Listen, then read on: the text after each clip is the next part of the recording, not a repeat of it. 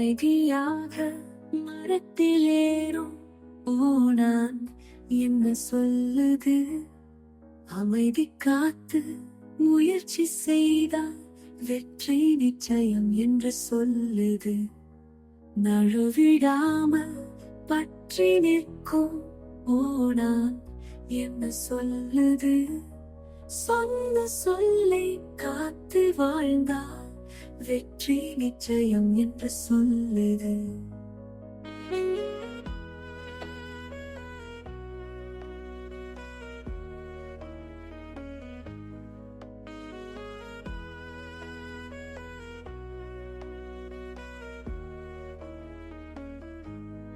மேலே நோக்கி பயணம் செய்யும் ஓணான் என்ன சொல்லுது? வருங்காலம் உனக்கு தாண்டா, கலங்காதே என்று சொல்லுது.